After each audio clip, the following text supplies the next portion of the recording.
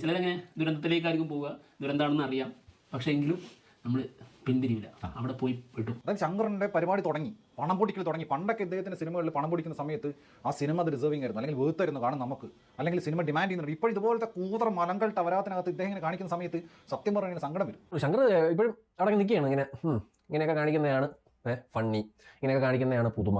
കുറെ റീൽസിന്റെ എഡിറ്റൊക്കെ ഇട്ട് കഴിഞ്ഞാൽ സെറ്റാണ്, ട്രെൻഡിങ്ങിലാണ്, ഞാൻ ട്രെൻഡ് ആകും. ശങ്കരൻകുട്ടി നിരാശപ്പെടുത്തിയില്ല. ആള് പണ്ടെന്നോ ഏതോ ആനപ്പുറത്ത് കയറിയിട്ടുണ്ടെന്ന് പറഞ്ഞിട്ട് ആ ഒരു തഴമ്പം കൊണ്ട് നടക്കുകയാണ്.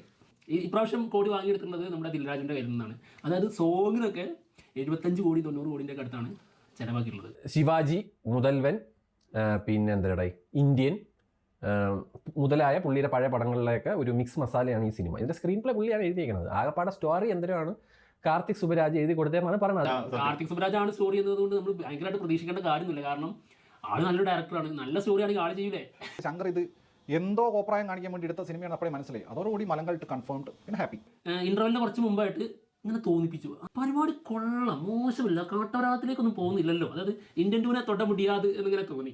പക്ഷെ തെറ്റായിരുന്നു. ഇന്റർവെല്ലിന് ശേഷം അത് ശരിക്കും കാണിച്ചു തന്നിട്ടുണ്ട്. ശങ്കറിന്റെ സ്ഥിരം പരിപാടി അരസിയൽ, മുതലമിച്ചർ, പയ്യോളി മിച്ചർ എന്നൊക്കെ പറഞ്ഞുള്ള പരിപാടിയാണ്. സിനിമ തുടങ്ങുന്ന സമയത്ത് നമ്മൾ ഏറ്റവും ആദ്യം ശ്രദ്ധിക്കുന്നതെന്ന് പറയുന്നത് ഇതിന്റെ VFX ആണ്. വെട്ടി ഒട്ടിച്ച് അത് ആ ഫെവിക്കോൾ ഉണ്ട്, നമ്മൾ ഒട്ടിച്ച് വെച്ചതിന്റെ ഫെവിക്കോൾ വരെ നമുക്ക് എടുത്ത് കാണാൻ പറ്റുന്ന രീതിയിലുള്ള VFX ആണ് അവർ ചെയ്തു വെച്ചിരിക്കുന്നത്. എനിക്ക് ഈ സിനിമയിൽ എന്തെങ്കിലും ഇഷ്ടപ്പെട്ടത് എനിക്ക് തോന്നുന്നത് ആ ഒരു ഫ്ലാഷ് ബാക്ക് സീനൊക്കെ ഉണ്ട്, അത് രസമായിരുന്നു.